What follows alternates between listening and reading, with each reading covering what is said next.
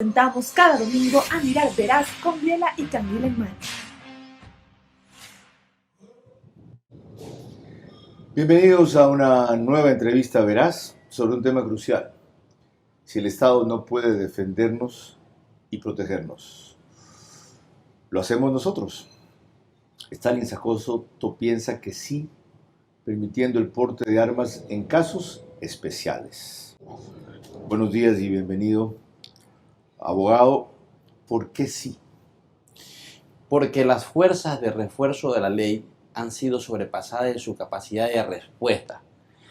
Y al no existir esa capacidad para combatir al delito en sus diversas manifestaciones, debe darse a la ciudadanía la posibilidad y la capacidad de tener una herramienta que les permita generar el ambiente seguro, que permita defenderse sobre todo. Fíjese qué grave y qué cierto.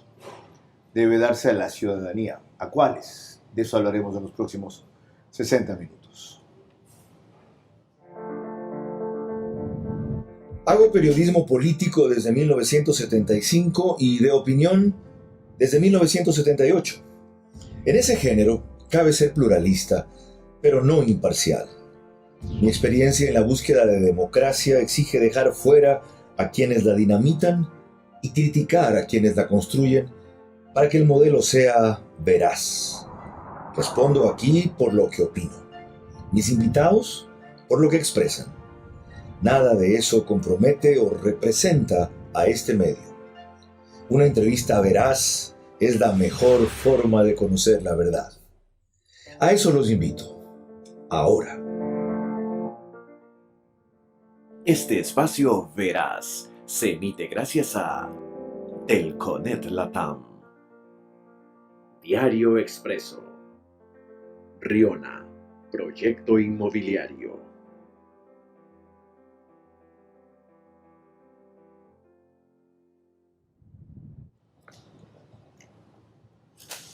Empezamos esta entrevista veraz por La Posta en exclusiva para medios digitales, en Facebook y en YouTube.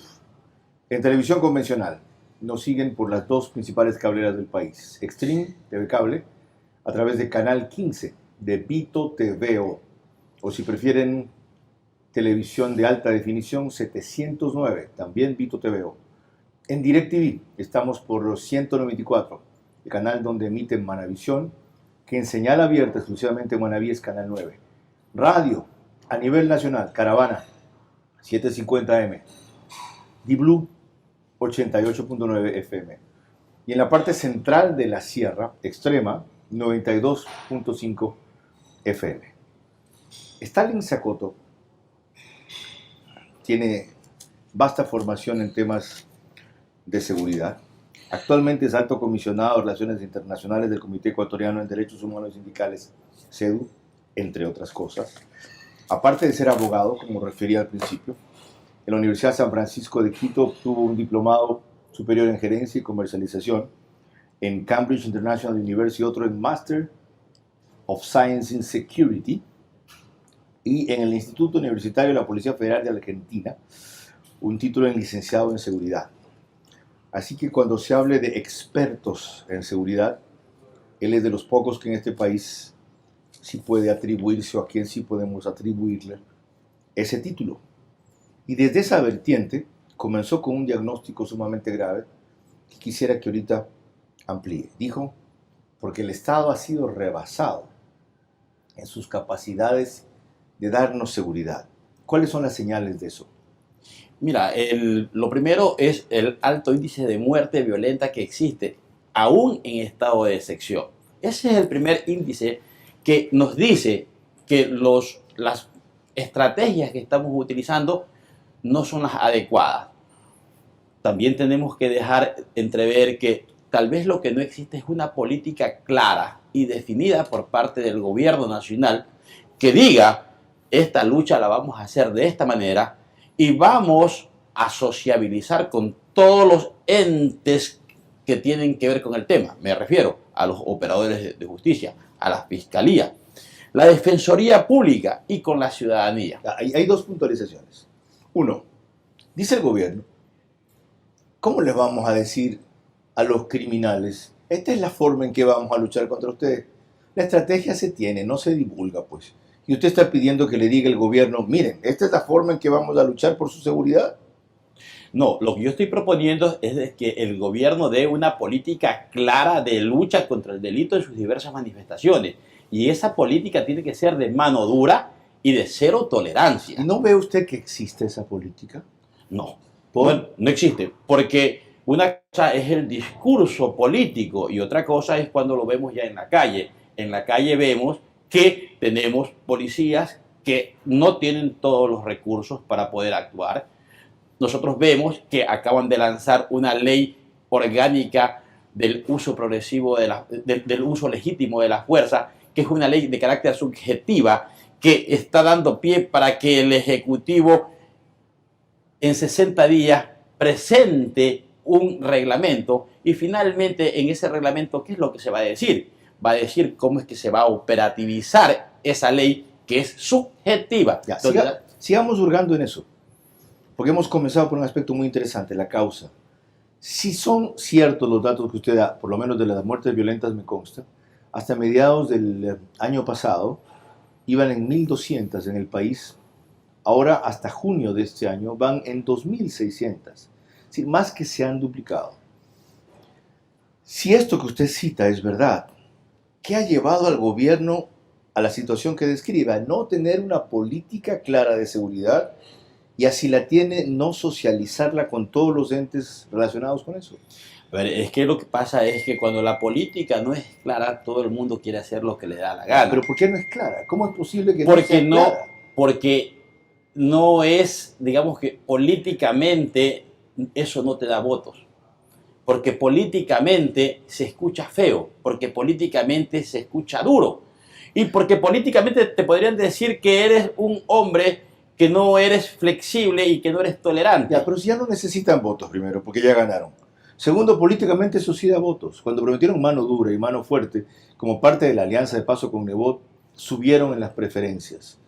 Ahora no tienen ellos que tener votos sino respaldo. Y la gente reclama lo que usted dice, una mano dura.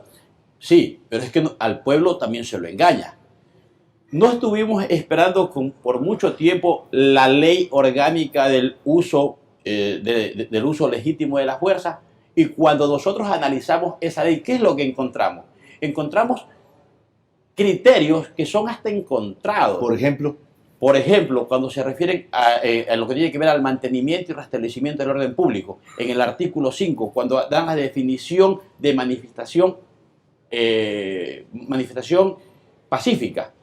Y le dicen claramente que el policía tiene que presumir siempre la legitimidad de esa manifestación y que la existencia de uno o de dos elementos agresivos no rompe la condición de manifestación pacífica. Sí. Y cuando usted lee el artículo 23, 24 y 25 de esa ley, se lo clarifican y le dicen claramente que el policía no puede tomar la decisión de disolver una manifestación si es que no existe la orden de la autoridad competente. Claro, en el reglamento tendrán que decir, pero yo te pregunto, ¿quién va a querer tomar el riesgo político de una decisión de decir disuelvo una manifestación cuando él no está ahí y no está viendo lo que está sucediendo? Ok, y aquí viene algo vinculado con una función suya actualmente que yo mencionaba.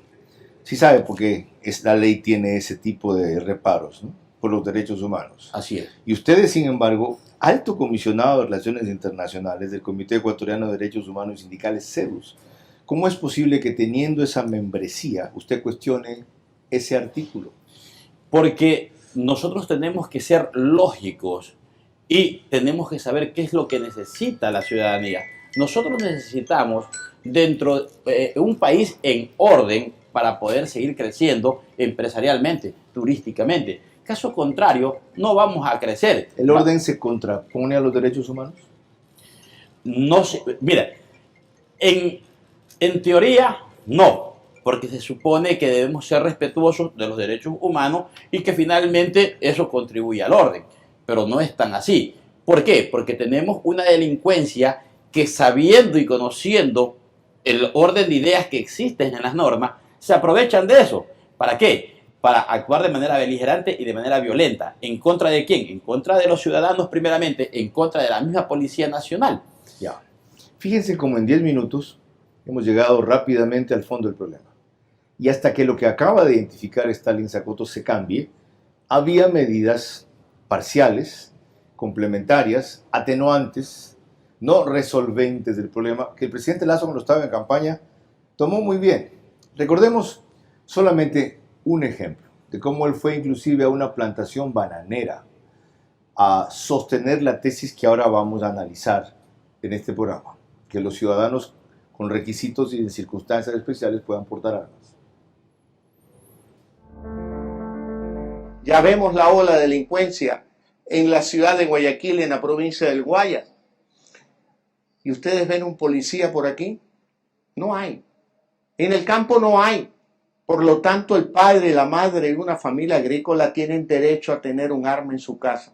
Para que los delincuentes sepan que si se atreven, van a recibir bala. Porque no van a poder ni robar, peor, violar a las hijas o a la madre de la familia de los agricultores. Entonces, prosigamos por ahí. Sí hubo una propuesta radical en la campaña que dio votos. ¿Por qué ahora en el gobierno, que tienen solo que implementar esa propuesta, no la avanzan? Porque con seguridad el presidente tiene su staff de asesores, pero tiene un staff de asesores que podrían estar o desinformados o podrían tener algún tipo de interés. En este sentido, como es lógico, mira, para poder hacer que se flexibilice el tema de la tenencia y del porte de armas, lo único que hay que hacer es poner en ejecución plena el acuerdo ministerial número 96, pero desde luego, previamente, hay que dejar sin efecto o derogar la disposición tercera, que es transitoria, que prohíbe el porte de armas. Ok, ahí la vía de salida. La vía de salida. No hace falta ni siquiera una reforma legal. Ahora, el sentido de esta disposición o de esta posibilidad, de este derecho en cierta medida, que reclaman algunos ciudadanos y que Stalin Zacoto apoya en casos especiales. Estaba revisando antes de la entrevista con él, le decía la cantidad de ocasiones que hemos conversado sobre este tema en los distintos programas que hago. Son al menos 4. Y en una de esas, esto fue lo que expresó. Quienes defendemos que se flexibilice la posibilidad de la tenencia y del porte de armas, no es que estamos pidiendo que se libere y que se le dé al perro, al gato y al animal la posibilidad de tener un arma. No, se trata de cumplir los requisitos y una vez que se cumplen los requisitos, tener el derecho a tener las herramientas para poder defenderte. Y esto es muy importante porque no es que se quiere tener armas para atacar, se quiere tener armas es para defendernos.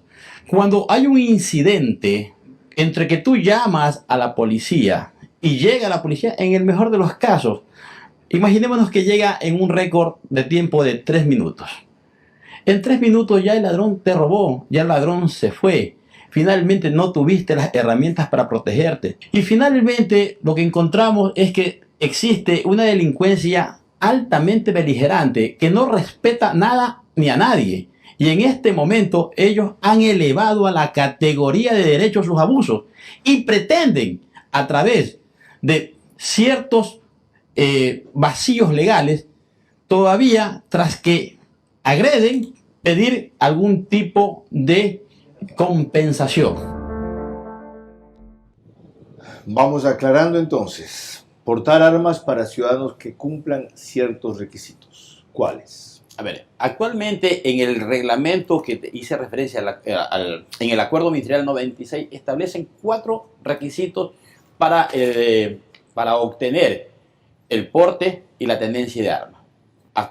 ¿Cuáles son los requisitos? Primero, la carta de compra-venta del arma. Segundo, una planilla del servicio básico de su casa, donde usted actualmente vive. Tercero, piden que se presente la prueba de AFIS, que se la obtiene dentro de la Policía Nacional. Y el cuarto es que se paguen los derechos administrativos, que es un equivalente a un 5% creo del salario básico unificado. Pero no nos debemos que quedar ahí. Tenemos también que exigir, y de hecho se exige en el comando conjunto, se pide que se presente el examen psicológico donde usted demuestra que está equilibrado psicológicamente, y yo creo que se debe agregar uno más, que es la certificación por un centro donde usted que certifique, por un lado, que ha aprobado el curso y saber exactamente cuál es su nivel de capacidad en el manejo del arma respectiva. Ok. ¿Por quiénes empezar? Todo tipo de ciudadanos. Hay grupos prioritarios. Por ejemplo, los guardias de seguridad. Por ejemplo, los policías de tránsito. Por ejemplo, el servicio de vigilancia aduanera. Por ejemplo, la policía municipal de Guayaquil, la turística de Quito, la de turismo y vigilancia ciudadana de San Borondón. ¿Por dónde empezar? ¿Cómo empezar? Lo trataremos cuando prosigamos en este apasionante programa y apasionante tema, por lo menos si el programa no les resulta apasionante a ustedes, sobre el porte de armas, que ya van a ver, tiene también una diferencia con la tenencia de armas.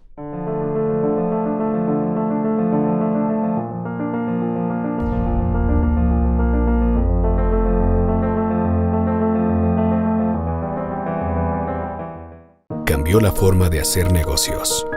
Cambió la forma de aprender. La forma de cuidarnos. Cambiaron las oficinas y las salas de reuniones.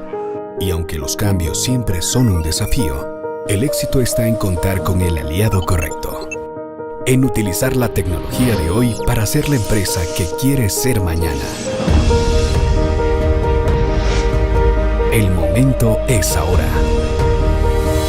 Telconet Latam. La verdad es tu derecho. No se vende, no se compra, no se negocia. La verdad se busca hasta encontrarla, donde sea, sin importar las adversidades, riesgos ni obstáculos. La verdad siempre prevalecerá.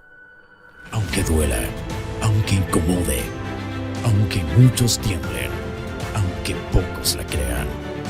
En Diario Expreso estamos comprometidos con la verdad. Porque los ecuatorianos la merecen y es nuestra obligación llevarla cada día a todos los rincones del país. Diario Expreso, 49 años sin miedo a la verdad. Enseguida, mis objeciones a la propuesta de Stalin Zacoto. Por ejemplo, ya es 12 veces más probable que un arma se utilice contra un miembro de la familia cuando se la tiene en la casa que contra un delincuente.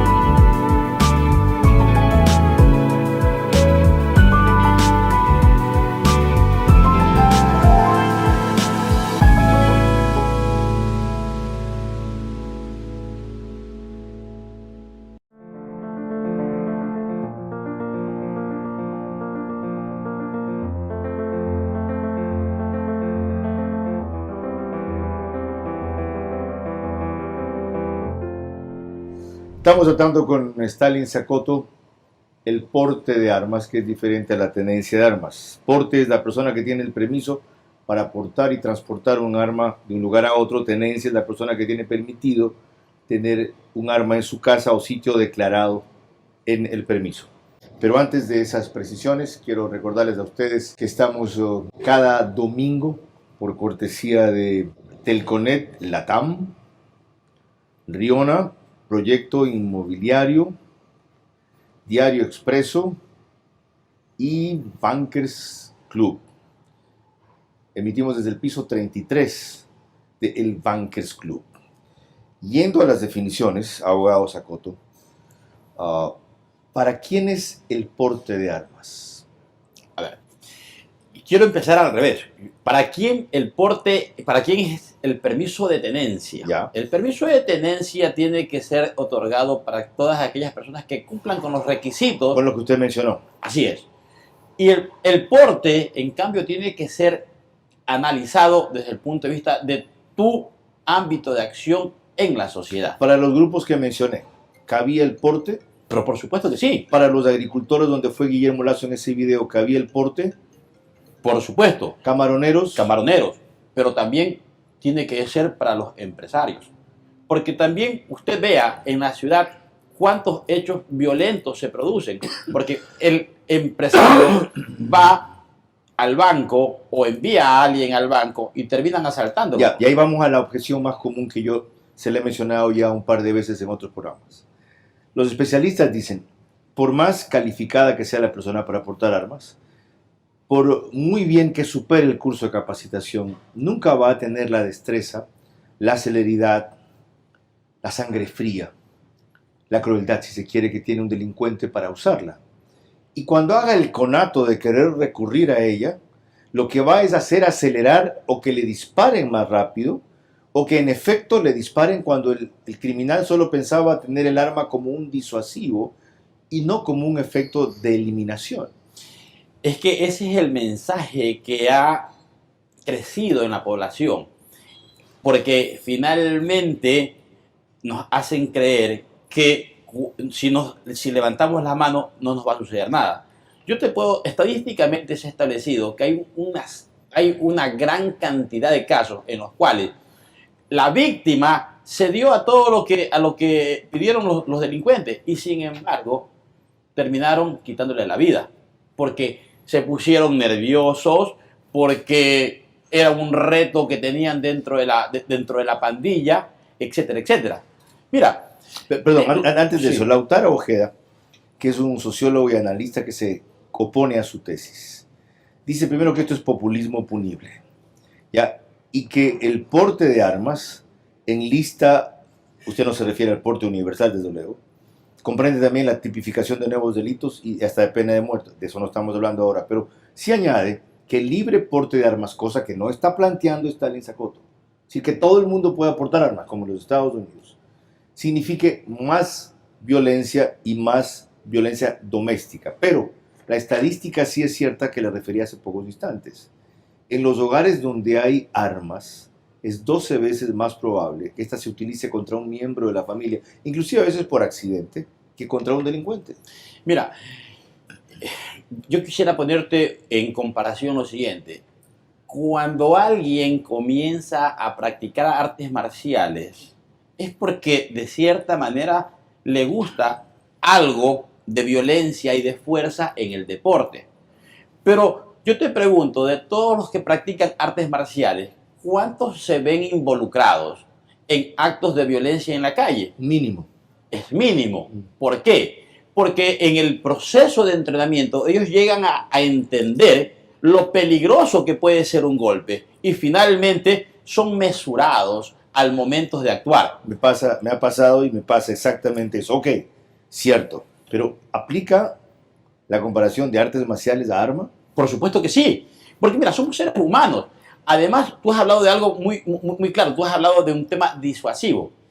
El porte de arma en la ciudadanía, en la población civil, va a servir de disuasivo para que el delincuente ya no actúe de manera beligerante pensando que no le puede pasar nada, porque tú tienes que saber que hay la legítima defensa, por un tercero y hay la legítima defensa privilegiada. Ok, dice el criminólogo en cambio Ítalo Rojas que permitir algo como lo que usted sugiere, lo que va a terminar haciendo es que bajo cualquier pretexto esto se provoque un baño de sangre. Cualquier riña que ahora se da puñetazos y patadas terminaría con una muerte de arma de fuego.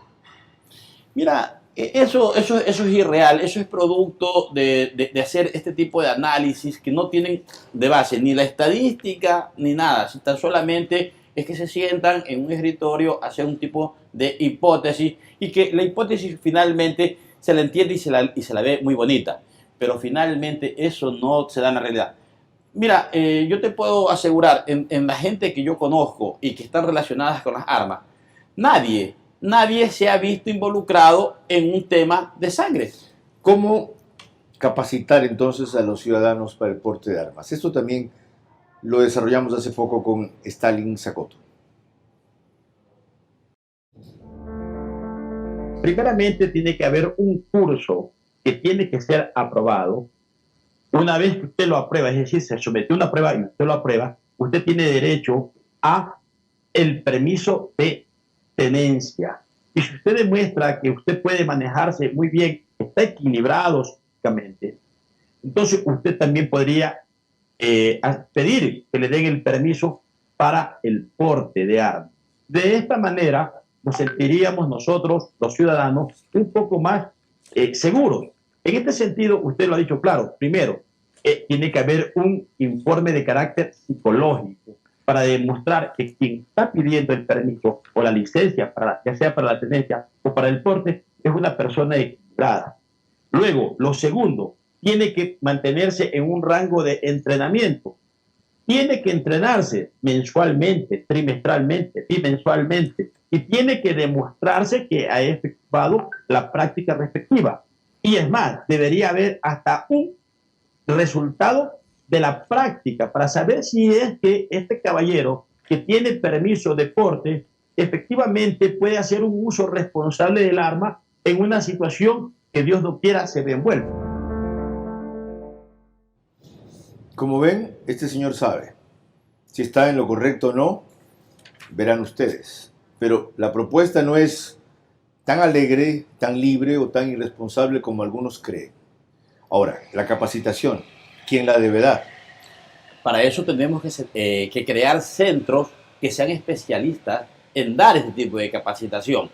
¿Hay centros de especialistas en eso? En este momento lo único que tenemos son los clubes de tiros prácticos donde se pueden recibir algunos tipos de cursos. Pero en este caso específico, al igual que se hizo en el tránsito, que se crearon escuelas donde se enseña a manejar, que usted aprueba el curso y luego de eso obtiene su licencia para conducir. El proceso es complejo como estamos viendo. No es que usted propone algo en que pasen 2 exámenes, les enseñan un fin de semana y dale el arma. O sea, lo que usted acaba de describir es que debe haber incluso cursos de refrescamiento y seguimiento luego y evaluar resultados, por supuesto, al disparar. Pero por supuesto, ¿por qué? Porque no podemos ser irresponsables al querer armar a la población civil y finalmente dejarles con el permiso habilitado y que se olviden de practicar. ¿Quiénes deben ser los instructores? A ver, los instructores, mira, tenemos instructores que pueden ser miembros de la misma fuerza policial, de las Fuerzas Armadas, y en ese sentido, como vamos a contribuir a generar un ambiente seguro, no estoy diciendo que ese curso tiene que ser dado por personas que ya están en el servicio pasivo. Inclusive puede ser dado por escuelas que creen la misma Fuerzas Armadas y Policía Nacional. Ahí viene el problema. Hay que armar toda una estructura para esto. Ahorita que el Estado, la policía, la Fuerza Armada están preocupados en cosas más urgentes, de vida o muerte, usted propone que creen todo este sistema para capacitar a gente que quiera, pueda y deba portar armas. Son 3 categorías distintas. No joda, o sea, estamos ocupados en otra vaina. Primero. Segundo, las Fuerzas Armadas tradicionalmente son contrarias a esto. Llegó a haber hace 3 o 4 años 50.000, 55.000 pedidos de permiso para portar armas, principalmente de agricultores, de ciudadanos, camaroneros y gente que tenía que ver con asuntos afines de seguridad. Salían 500 por año. Entonces, tenemos policía y Fuerzas Armadas en contra de esto. ¿Cómo viabilizar el proyecto? A ver, mira, se lo puede viabilizar a través de la empresa privada. ¿Sí? Lo que nosotros es decir, cobrarían por los cursos de capacitación. Pues, es que eso no puede ser. Yo te pregunto, ¿y el curso para conducir es gratis? No, no es gratis. Tú tienes que pagarlo. Entonces, como todo curso, tú te capacitas. Yo me capacito en el área del derecho penal y tengo que pagar por el curso. No me lo dan gratis. Entonces, mira, y yo quiero llevar aquí a hacer una reflexión que es importante. La seguridad VIP que reciben funcionarios de Estado, oficiales superiores de la Policía Nacional, de las Fuerzas Armadas, subsecretarios, secretarios de Estado, ¿la hacen con las manos o lo hacen con un equipo que está armado? La pregunta que cabe es, Señores, ¿su vida es más importante que la del ciudadano común y corriente? Y la respuesta es una sola: no. En este sentido, déjenme decirle que los monopolios son desastrosos. Y aquí hay algo muy importante. Normalmente, ¿qué es lo que le dicen a usted? Si usted necesita seguridad, contrate seguridad privada. Pero aquí hay un tema que es muy importante y que tenemos que verlo. ¿Quiénes son los dueños de la seguridad, de las empresas de seguridad privada? Policías y militares en servicio pasivo. Entonces, que no queremos afectar el tema, porque finalmente, si hay la posibilidad de armar a la población civil, ¿es un servicio que tendría que abaratarse? Ok, entendido. Algo más sobre el registro de armas. También lo hablamos recién con Stalin Sakoto, porque esta es otra de las objeciones a una tesis que él impulsa, cuyos orígenes y motivos ya escuchamos con claridad hace poco. Un arma registrada es un arma controlada. Y un arma que está registrada jamás será utilizada de manera irresponsable para cometer un delito. Y en el supuesto no consentido de que con un arma registrada se cometa un delito, se podría conocer casi de manera instantánea quién es el dueño de esa arma. Esto para el evento de que un ciudadano autorizado a portar o a tener arma llegue a cometer un delito, que es el temor que existe por parte de muchas personas. ¿Y para el caso de los delincuentes? Mira, el delincuente por su naturaleza nunca registra un arma. Y aquí viene la diferencia. El delincuente quiere agredir, el delincuente quiere robar, el delincuente quiere matar. Los ciudadanos que estamos a favor del porte y la tenencia del arma, lo que queremos es defenderlo. Y ahí viene la otra objeción. Ok, si a policías que han hecho uso legítimo de la fuerza condenan, acusan de extralimitarse en el uso legítimo de la fuerza, no comprenden las circunstancias de presión bajo la cual operaron, esta justicia termina metiéndolos a la cárcel, la gente dirá, los ciudadanos dicen, muchos de ellos, sí, yo tengo un arma y todo, y justamente el día que se me ocurre utilizarla en defensa propia o para defenderme y protegerse, termino condenado. O sea, voy a irme más rápido a la cárcel. Por eso es que tiene que haber el entendimiento de qué es el estado de necesidad y la legítima defensa, que en el Código Orgánico Integral Penal lo establece como una exclusión de la antijuridicidad. Explíquelo. Vamos a ver, voy a comenzar con la legítima defensa. Se tiene que dar y se da, y la puedes plantear cuando se dan tres condiciones. ¿Sí? Primero, que la agresión sea actual e ilegítima. Es decir, la agresión es en este momento. No se trata de que tú me pegaste el día de ayer, y hoy día como ando armado, entonces yo te voy a ir a... Eso ya es venganza. Correcto. ¿Sí? La agresión es actual e ilegítima. Que tiene que haber una falta de provocación por parte del que se defiende. Es decir, que si yo estoy armado y yo soy el que voy en un hipotético caso a plantear la legítima defensa, no fui yo el que te fui a buscar, no, yo lo voy a ir a buscar en este momento a este caballero que le vi haciendo tal cosa y voy a provocarlo para que cuando él reaccione, entonces yo saco y le doy primero. No, señor. Tiene que haber una falta de provocación suficiente por parte ¿Y del el que se tercer defiende. elemento? Es la necesidad racional del medio empleado. Pero aquí Es decir, que no haya tenido otra alternativa más que esa. Así es, la racionalidad tiene que ser entendida como la posibilidad y la capacidad de hacer uso de un objeto, sea esto arma de fuego o no, para defenderse. Es decir, eso implica que las personas que vayan a pasar la capacitación, además tienen que hacer un breve curso jurídico para entender las responsabilidades, obligaciones y derechos que portar un arma le signifiquen. Por supuesto, y es que todo curso de tiro práctico tiene una parte que es netamente explicativa de normas de seguridad, de legalidad, y luego viene la fase práctica. Ya se dieron cuenta que el señor es abogado, ¿ya? ¿Verdad?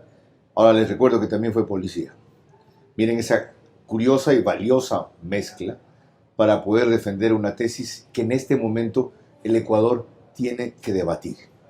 Este es nuestro aporte a proseguir y enriquecer ese debate. No es un tema que podemos sacarle el cuerpo. Hasta que el problema de fondo se resuelva, se alivie, diría yo. Porque el problema de fondo en el que está metido el Ecuador ahora nunca se va a resolver. que es el incremento a niveles demenciales de la inseguridad, pero sí se debe atenuar. Enseguida seguimos con más.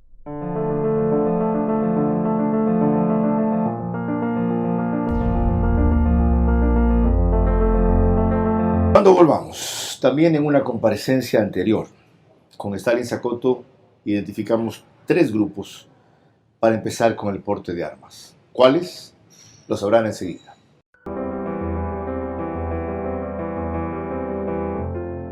Estamos tratando con ustedes la posibilidad, el derecho, es un derecho de que los particulares puedan, si cumplen los requisitos, portar o tener armas. A ver, la posibilidad de tener un arma, ya sea en tenencia o en porte, es algo que está relacionado con el derecho de protección de tu vida, con de la protección de tu patrimonio. ¿Se lo puede llamar un derecho?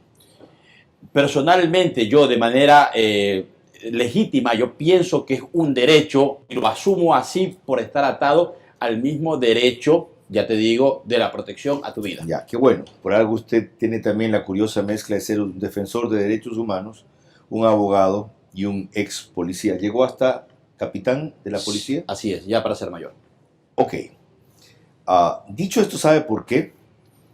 Porque otra objeción es que en la Constitución, ya, ese derecho está atribuido exclusivamente a la fuerza pública. ¿Ya? Es el uso de la fuerza legítimo les corresponde a ellos. ¿Requeriría esto algún tipo de cambio o interpretación constitucional? No, básicamente no. ¿Por qué? Porque básicamente, ¿qué es un arma? Es un bien.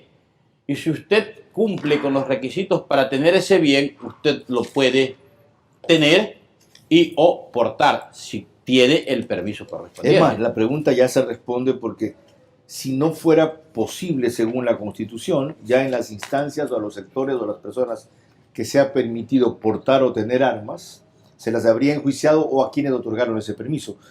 Antes de proseguir, solamente les recuerdo que hay 7 países que son aquellos donde más fácil y legal es, por cierto, portar armas. Argentina es uno de ellos.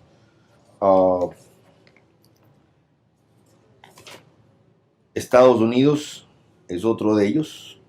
La segunda enmienda de la Constitución establece el derecho de cada ciudadano estadounidense a poseer armas de fuego. Cada estado tiene también su ley de armas, siendo algunas más permisivas que otras. En Estados Unidos hay 89 armas por cada 100 habitantes, el mayor índice mundial. Y no mencionaba este caso casualmente, ya ve las consecuencias. Estados Unidos es el único país donde hay masacres a cargo de cualquier loco por el derecho de tener un arma de alto poder además. Sí, pero date cuenta que todas las personas que se han visto involucradas en este tipo de actos son desequilibrados, es gente que está loca. Pero mira... y aquí alguien no se puede enloquecer también. Pero por supuesto que sí, como se enloquece un chofer. ¿Y con esto no aumentamos el nivel de riesgo? No, a ver, mira. La posición negativa ante un evento riesgoso no es la posición ideal. Y te pongo el ejemplo. Si tú no quieres que te roben un carro, la posición negativa es no tengas carro. No, la posición negativa es no lo dejes en cualquier sitio. No. La posición negativa es no tengas carro. Y el riesgo desaparece. La posición negativa es no circules por sitios peligrosos. No, eso es, tú estás haciendo las maniobras tendentes a hacer que la probabilidad de ocurrencia sea más pequeña. La posición negativa es no lo dejes sin vigilancia. Mira, el riesgo cero no existe. En ningún Repítalo. El riesgo cero no existe. Un evento riesgoso tú lo puedes manejar de la siguiente manera. Lo puedes minimizar, tú lo puedes asumir, tú lo puedes transferir. O lo puedes ignorar. En cuyo caso fácilmente serás víctima de ese evento. Así es. Con mayor rapidez. Pero nos toca a nosotros en este momento, ¿qué es? Asumir algún tipo de riesgo en pro de ¿qué? De la seguridad. Okay. Y tenemos que ser responsables en ese sentido. Ahí viene otra de las objeciones. Si la delincuencia está desbordada, si le cuesta todavía alguna dificultad introducir armas de fuego por el Perú o por los aeropuertos del Ecuador en partes y luego ensamblarlas y meterlas a las prisiones de la misma manera, le va a ser mucho más fácil dedicarse a robar domicilios de oficinas donde encuentra armas de fuego y se provee de ellas. Punto. Bueno, mira, tú has tocado un tema que es muy importante, el tema de los centros de detención de los PPL. Mira, este es un tema muy amplio para hablarlo, pero sí te lo dejo sentado como un tema. Si tú tan solamente haces que se aplique en debida forma todo el articulado que consta en el Código Real Integral Penal, desde el 672 al 730, usted tiene manejado más del 80% de los problemas de las cárceles. ¿Y qué dice esa normativa en esa parte? Básicamente, sí, básicamente lo que dice es cuál es el tratamiento que se tiene que tener con los famosos PPL, que tiene que haber, ¿sí?, toda una estructura adecuada, una política de Estado tendente a lograr no solamente el control, el castigo, sino que reinsertarlo. Pero yo te pregunto, ¿el ministro de Trabajo con el director del SNAI han hecho alguna actividad tendente a buscar que una persona que ya cumplió su pena sea contratado en una empresa? Ni un cuerno. Nada. Ese es el primer problema. Porque Ok.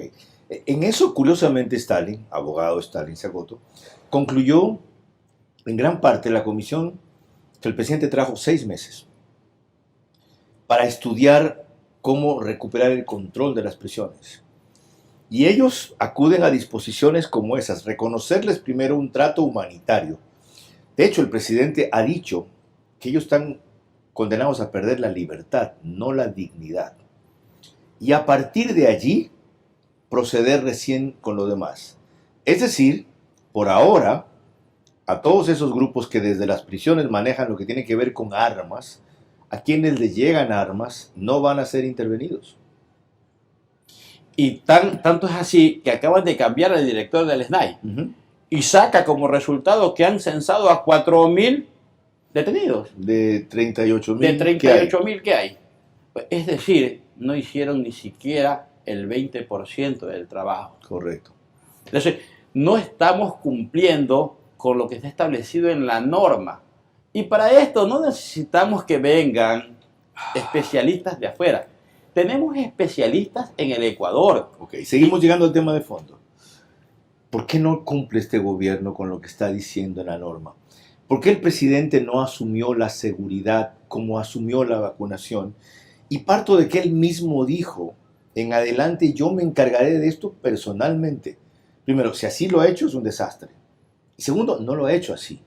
Lo ha delegado al ministro del Interior, al comandante de la policía, ha creado una Secretaría de Seguridad, al CIES. ¿Por qué la falla en un asunto tan fundamental? Porque mira, como te dije al principio, él cuenta con un staff de asesores y desgraciadamente quienes pueden asesorar de manera adecuada en este momento están subordinados. Toma en consideración la falla. ¿Quiénes son los que pueden manejar de manera adecuada? A ver, los mismos oficiales de policía que son activos, pero desgraciadamente ellos no pueden hacer declaraciones de carácter pública porque tienen un ente de control que es el control político. Ok, eso es secundario. Lo grave sería que no los toman en cuenta. ¿No los a ver, toman en cuenta? No.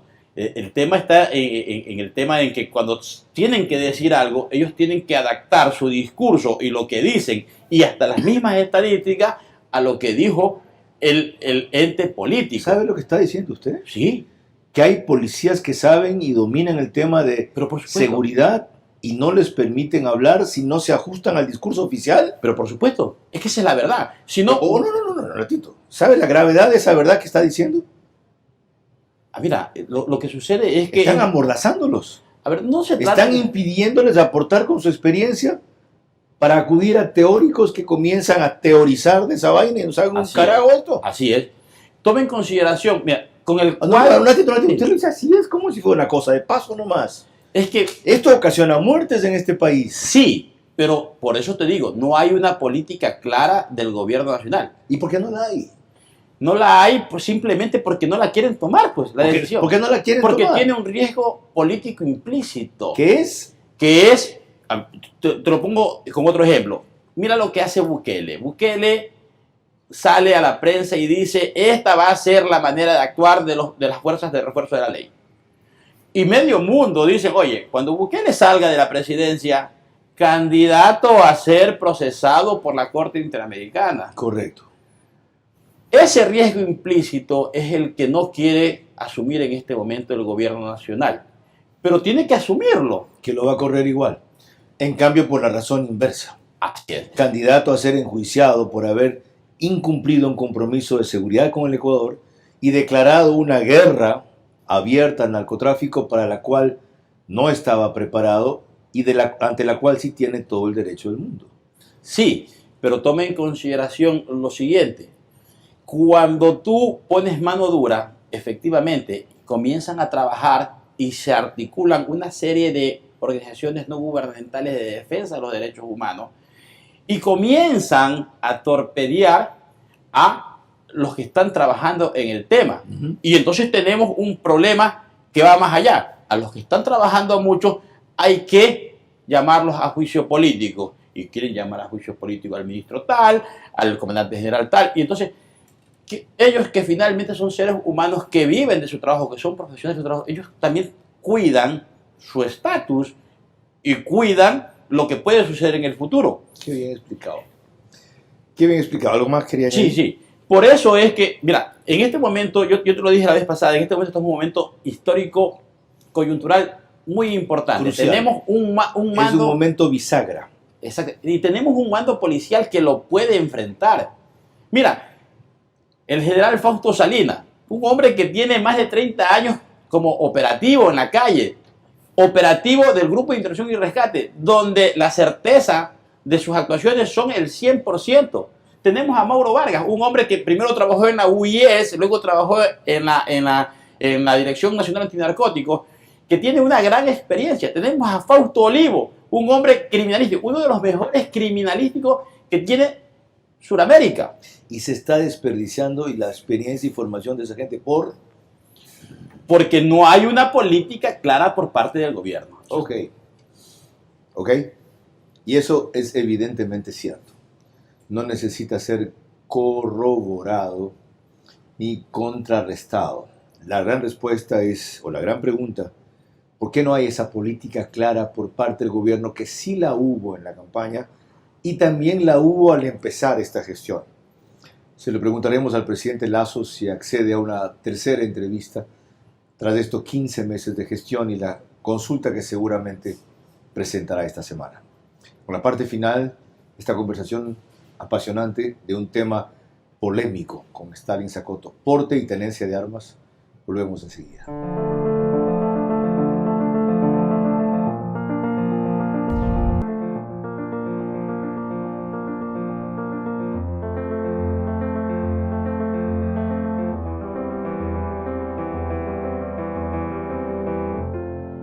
Cuarta parte final de esta entrevista verás sobre porte o tenencia de armas.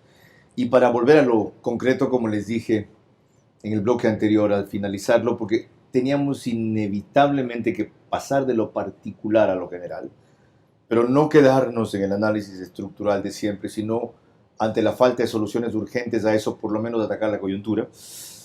Hagamos esto recordando también otra intervención del abogado Stalin Sakoto en uno de mis espacios, cuando le pedí identificar cuáles son los alineamientos de distintos grupos de la sociedad frente a esta tesis tan controversial. Nosotros en la sociedad ecuatoriana encontramos tres grupos plenamente identificados. El primer grupo es el grupo que se opone a la tenencia y al porte de armas. Este grupo de personas son los que han tenido malas experiencias con las armas. Son aquellos que escucharon en su niñez las armas son del diablo o el diablo dispara las armas y como desconocen de las armas, ellos se oponen al uso y al porte y a la tenencia del arma. El segundo grupo son aquellas personas que han tenido buenas experiencias con las armas, las conocen las armas, son responsables, quieren registrarlas, quieren tenerlas en su casa con su debida seguridad. Normalmente son las personas de bien. aquellas personas que quieren cuidar su patrimonio porque saben que las fuerzas de refuerzo de la ley han sido desbordadas en su capacidad. ¿Y el tercer grupo? Ese es el grupo más peligroso. Yo les llamo aquellos de doble moral, hipócritas de doble moral. Son normalmente funcionarios de Estado, ministros, secretarios de Estado, que cuentan con un carro de Estado que nunca va a ser asaltado, que cuentan con un chofer que normalmente es un servidor policial o un militar en servicio activo. Y además cuentan con escolta. Y ellos se oponen a que el ciudadano común y corriente tenga su propia arma para que pueda defenderse. Bien, aquí vieron compartiendo el espacio allí, de ver a su manera, en la época que lo hacíamos en TC, con el abogado Stalin Zacoto, es otro abogado, un penalista, José de la Gasca.